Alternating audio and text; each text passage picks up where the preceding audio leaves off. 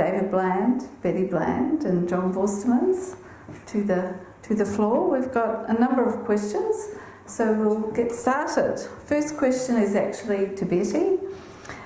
Have discussed this sort of as it could be a difficult one. The Akashic Web and the great composers, Mozart and the composition of an entire symphony, 4 movements, multiple parts, overnight. Oh, so she's discussed that with you.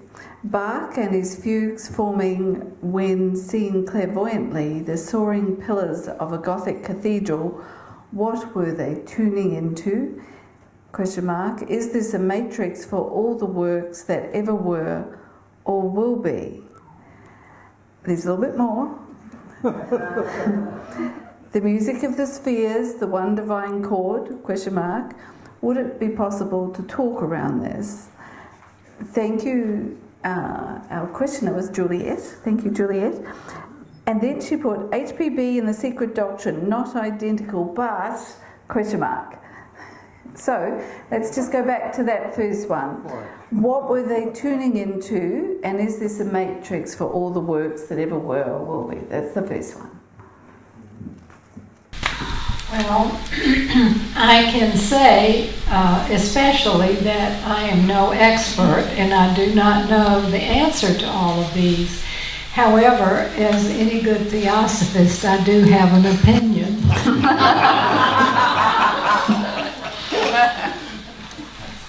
I think that situations like Mozart and other Bach and great composers, particularly Mozart, who was composing fantastically at 4 years old, that was a result of past efforts and past learnings, and that he brought some of the skandhas to connect with music in a particularly potent way. As far as what he was tapping into to get to that music, I think it is all in potential, but that the universe is continually unfolding, and I don't think everything that will ever be created is just there for us to pluck out of the air like ripe fruit, but that we are cooperating with this unfolding nature and ever giving it renewal and new ideas. Okay. Just to add a little bit to that, if you look at the very, very young people who display an incredible talent with the piano or organ, you just got to think that they're bringing something about that from an earlier life. That's right. John, do you want to add anything there? Well, I just think that I've sort of realised that there's a whole group of musicians that were born about the same time in the same part of the earth, and I can't help but wonder if there was some sort of astrological significance to it as well. Like we talked about how the Earth moves through the solar system. Perhaps the Earth was moving through a part of our galaxy where these sort of things were easier to do. And I certainly believe that all those composers were prodigy in their own way, and they had the gift. And I agree with David that they probably developed this over many, many lifetimes, and it all just came together in this one lifetime where the environment was right for that beautiful music to manifest itself. Thank you. She does go on to say the music of the spheres, the one divine chord. I'm sure we're talking about possibly the same source here for that. Yeah? And HPB and the secret doctrine, not identical, but what she's getting at here is, are they tuning into maybe the Akashic or whatever and bringing that through? Well, certainly HPB herself says that she does, and Countess Whitemaster commented that HPB would just sort of look into space as if she was copying something down as she was writing. So she was looking at something, and I think it was the Akashic reflection of whatever books she had mentally pulled off of the Akashic library. Yeah, because she did draw from over 2,000 texts, which she did not have access to. Yes, amazing for that time, really, isn't it? All right, thank you. Now, question number 2, I'll put this one to you, John, first. Would the panel please elaborate on the meaning of the word Dharma and the implications of the following instruction concerning Dharma? The instruction is about what we should do if our life is in danger to save it. Firstly, sacrificing our fortune. Secondly, sacrificing body parts. And then, if your life is in danger at the cost of your Dharma, you should sacrifice your life. So, can you comment on Dharma in respect of those?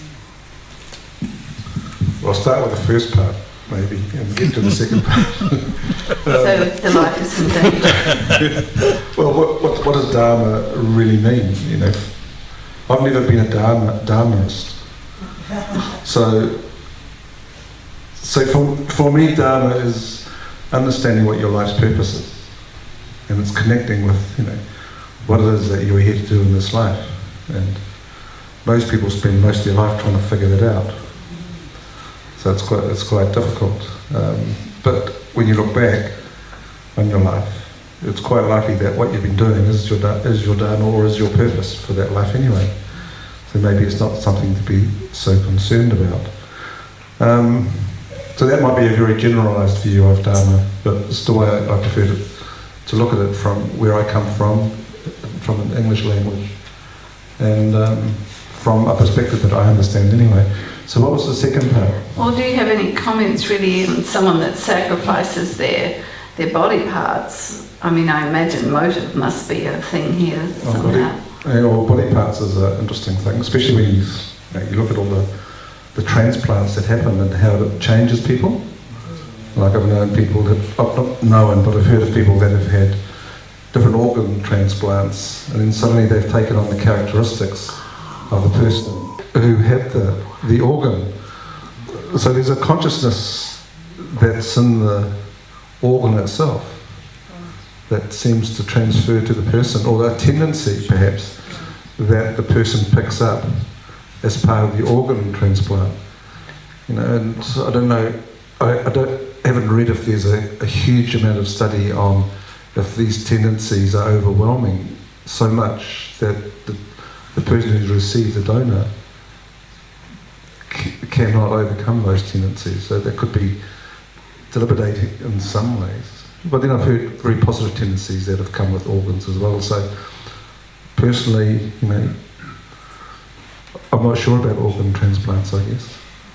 They certainly help a person, but it's an individual decision whether you go with one or not.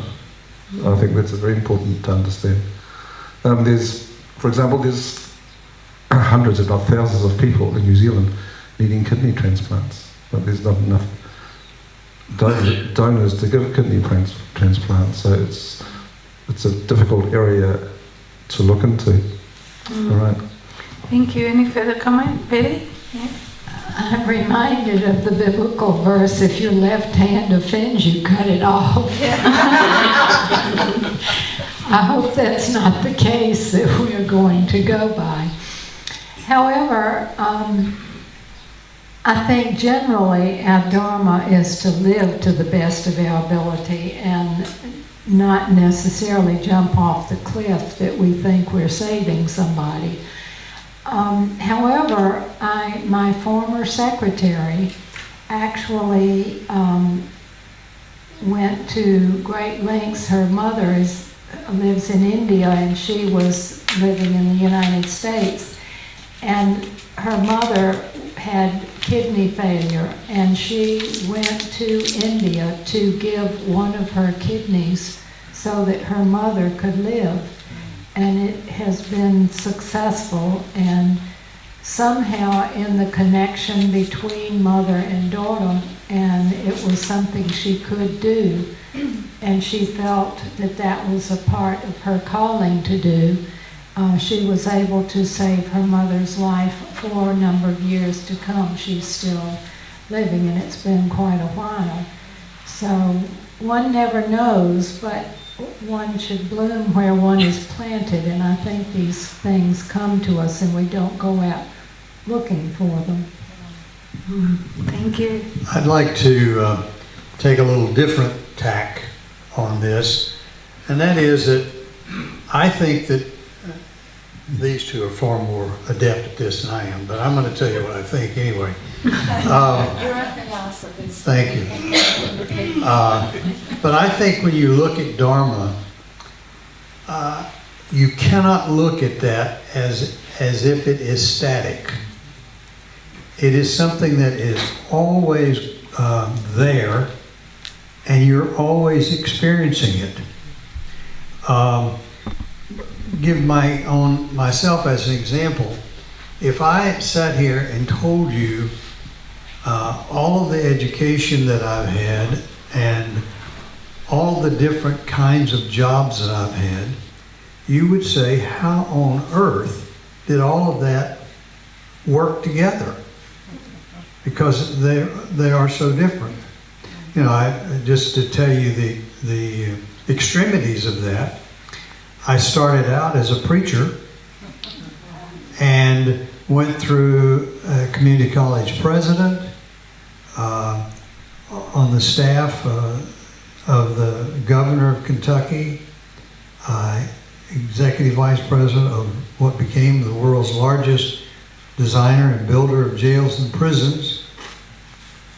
And yet, every aspect of that pilgrimage added to me and equipped me to do what I'm doing right now in terms of my social action.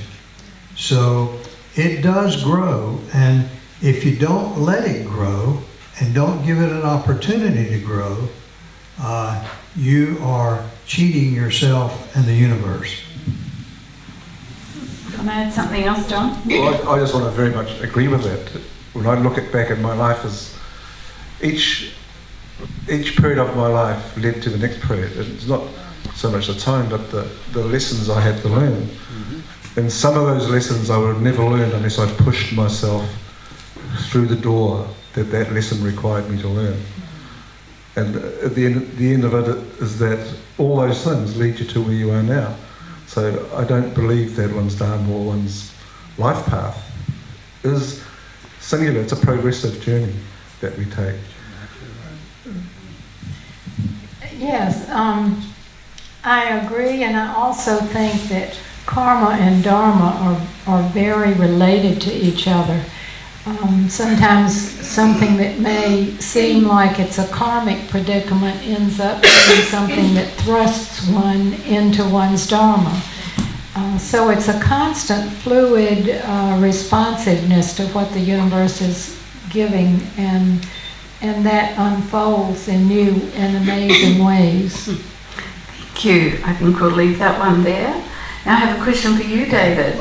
How has social action changed you or your outlook on life?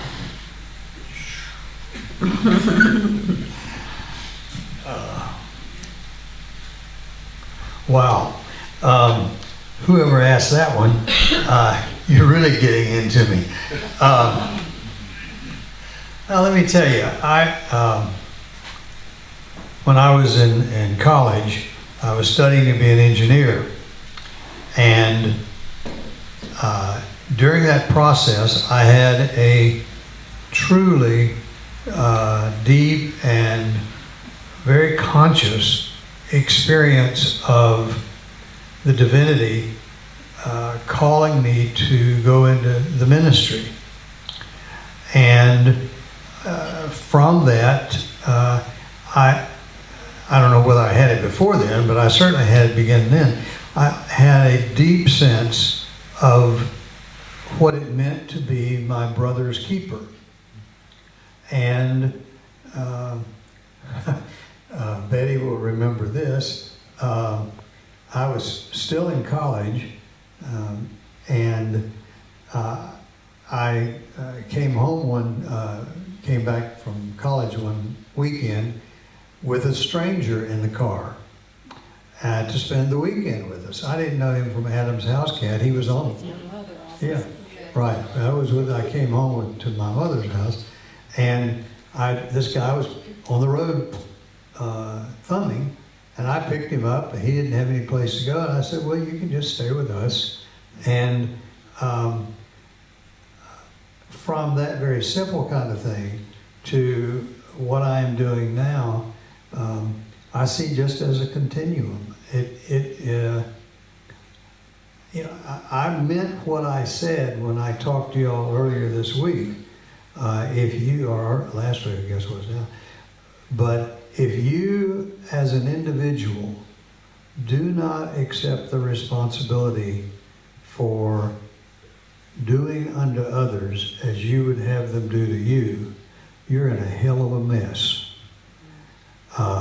Because that really is what shapes you as an individual, shapes you as a human being, and prepares you for whatever your next life is going to be. I'm convinced of that. Thank you. Do you want to add anything there, Betty? Yeah, I do want to confirm that he brought that stranger home to his mother's house. We were not married at the time. Yes, he's always had a tendency to show up with somebody to bring home for supper anyway, and we recently had a social worker come live with us for 3 months. Because she had nowhere to go and was moving into our area as an activist. Now, Betty, this one's probably good for you. Is there any correlation between the 7 rays diagram and the Star of David? If so, would you kindly explain? Yes, of course, in the diagram itself there was a diagram of the Star of David included. And I think that is a very powerful symbol that is in our Theosophical seal of the downward pointing energies of the divine investing itself into the physical world, and the physical world reaching up into the divine. And you can look at it from either way, but it is the two polarities of spirit and matter always interacting and always pulling toward each other and yet stretching apart. Now, I just have a question. You know, with the symbol, and you wear the symbol, do people ever say to you, are you Jewish? Yes, frequently, and my answer always is, well, I'm not really Jewish, but I appreciate their tradition as well as all other religious traditions, and this is a symbol that represents the Theosophical Society that promotes understanding of all religions. Oh, that's a lovely way to answer it, isn't it? Really nice. And you would be surprised, one of the very best members that we have encountered me at the office. She happened to see that symbol, and I just walked by, and she was just there for a summer internship. And she kept seeing that symbol, and she was fascinated, and finally asked me about it. And when I told her, she just gravitated onto me, and she became an avid member of the society. And that was one of the ways I started a small group in Kentucky, and she is the mother to our godson, who is Chris Folger, who now works at the Theosophical Society in NAV. So I'm very grateful for wearing this symbol around. Okay, next question. When does the panel think it is likely the world will realise the Akasha field, unrecognised, is the root cause? Let's see, will realise Akasha field is the root cause of most, if not all, so-called mental conditions, question mark, that beginnings of waking up to reality is what those conditions are all about. I have a part 2, but let's stay with part 1 at the moment. When will the world realise? Oh, I think I should get the seeing bowl. Well, I think the world is getting very close to recognising it now with some of the scientific research being done in this area. It's clear that now the A field has been seen as the ultimate answer to the puzzle of what is the theory of everything that unites all the theories that there is. It's the intelligence and the web that informs the universe. But from a theosophical perspective, we've always known this, but it's good to see that science is coming to prove it. But by the time it gets into the mainstream, it'll probably be about 20 years' time, I should imagine. But I don't know if that really answers the question.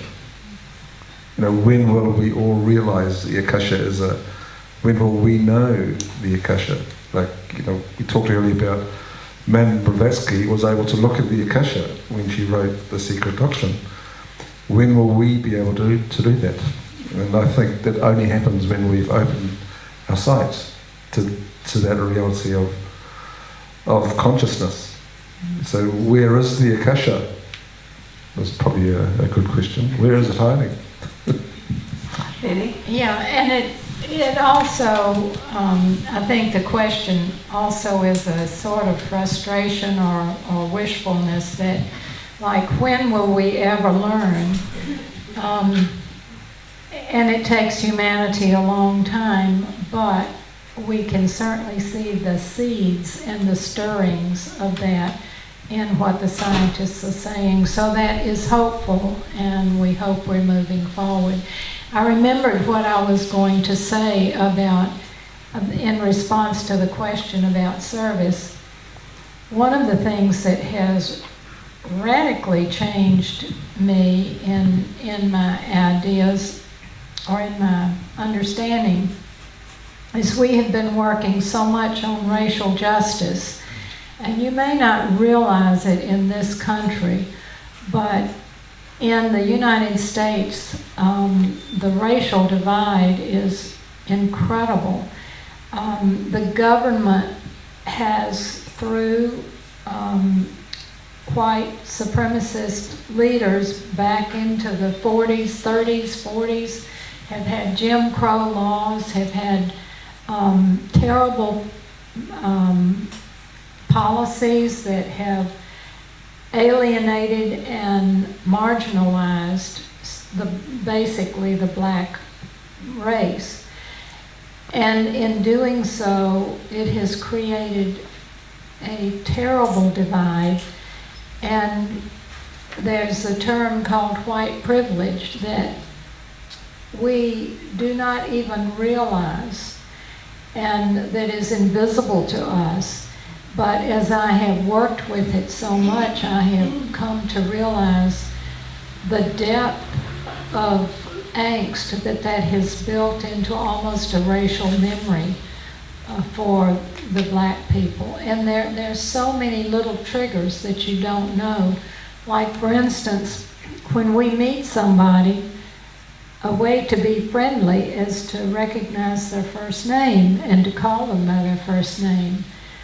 But that's an offense to the black people in general, because they have always had to call us Miss Betty, and then we call them by their first name, or they would call me Mrs. Bland, and so it's a put down. It's as if I call them by their first name, it's like I'm belittling them.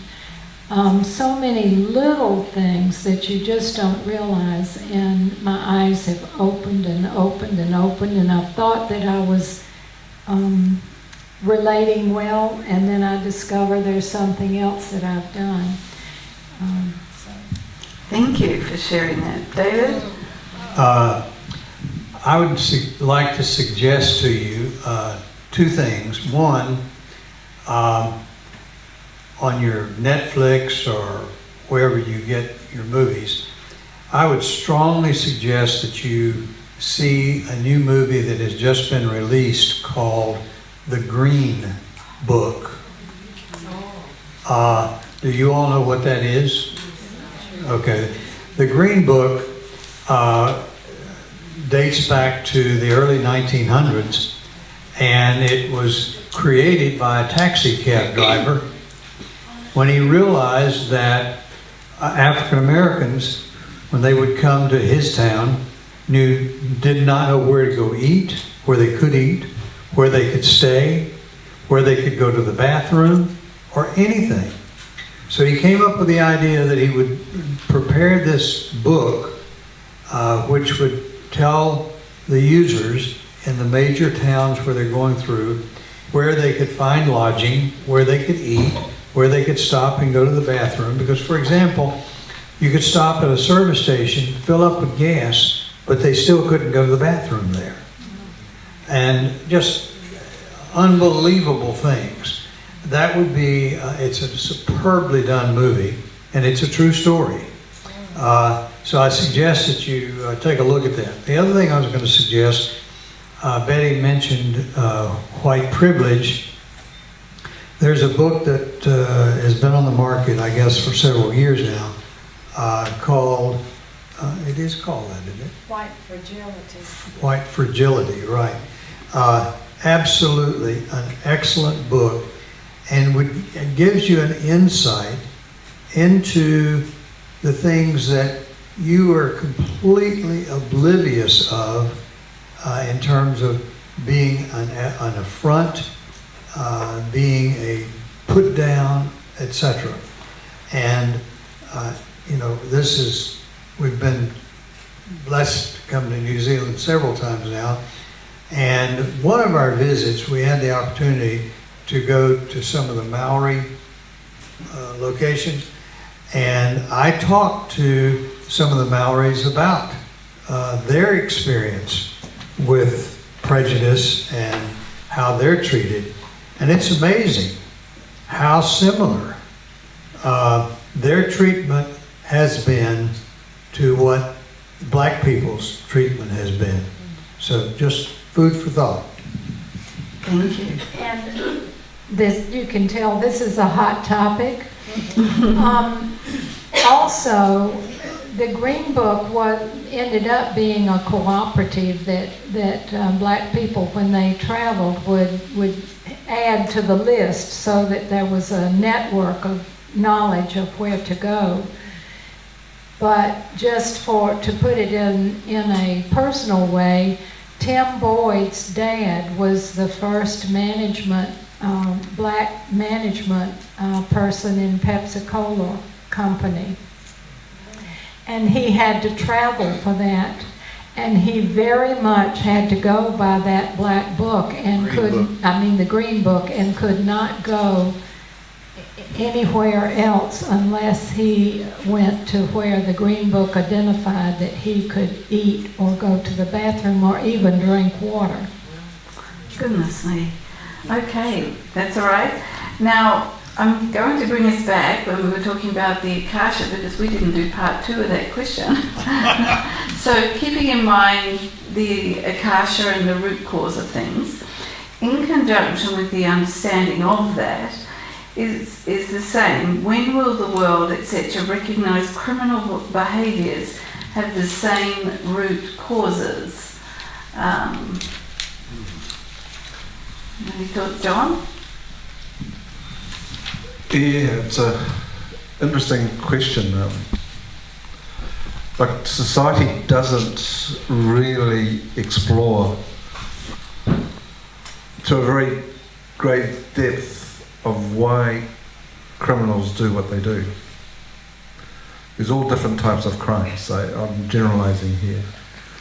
And our method of dealing with criminals is to put them in a box so we can't see them anymore. But does that help the person, the soul that is in the box? It doesn't at all. And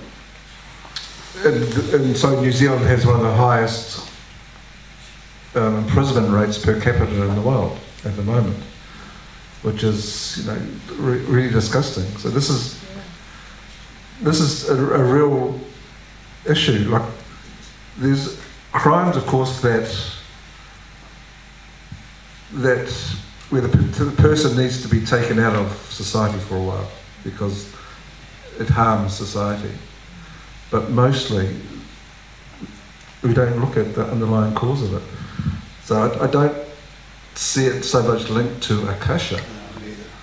But because I see that there's all sorts of influence involved, like there's social conditions, where the person comes from, there's the experience that the child that grew up with their parents, and that created a conditioning for that child, and then later on that conditioning gets triggered, and the child often just repeats the family conditioning, but they get into trouble for some reason or another. So it's quite a complex thing, which we as a society need to look at. And New Zealand is moving forward quite quickly here now. It's looking at social conditioning, poverty especially, family poverty, and we're trying to do something about it as a nation, and hopefully as individuals. But one of those questions that we have to look at from David, how do we help to try and sort out these problems? So I think these are the mechanisms we have to use as in groups and focus on helping people where we can. There's also a karmic side to it as well. So we only see a person for where they are now, but we don't know their past history, etc. So when a person is committing some sort of what we call a crime, we don't really know what their lessons are in that life. So we can only presume that the repercussions are part of the lessons of their learning in some way. But how can we help them in that learning? So it's a very good question. And it has so many different ways of looking at it. Thanks, John. I couldn't agree with John more. Let me give you some statistics. Now, these are from the United States, so I don't know how they apply to New Zealand, but 65% of all of the offenders locked up today in jails, now I'm not saying prisons, but we do make a distinction, locked up in jails, those are 65% of them are pre-trial. They've never been convicted of anything. And of that 65%, 55% of them are nonviolent individuals accused of nonviolent crimes. So in the United States, we're locking those people up in cells that cost $30,000 to build and cost 2.5 times that cost just to keep them there for a year. Now, our brilliant politicians have decided that they're going to sort of impact that by starting to charge, and I mentioned this the other day, starting to charge prisoners a daily rental on that bed. So in Raleigh, North Carolina, for example, a prisoner is charged $82 a day. Now here's an individual who does not have a job, no home, and yet he's expected to pay $82 a day for that stupid bed. Let me give you another batch of statistics. The average prisoner in prison now, and probably applies to jails too, the average prisoner is functionally illiterate as far as math is concerned. Now, I don't know how you define that here, but in the United States, that means that they cannot make change for $1. Not only are they functionally illiterate in math, they have a reading level of less than 6th grade. And our newspapers supposedly are written at the 8th grade level. And I don't know if you know this or not, but, well, you probably don't, but in the 1970s, when we were still in that stupid war in Korea and a few other places, not Korea, but Vietnam, the Army converted its training manuals for the tank mechanics to comic books because the people could not read. Now, that's what we're locking up on a regular basis. Sad, isn't it? Terrible. Okay, I'll bring that session to a close on that not so happy note. Thanks, David. I would like to thank our panel for answering all the questions.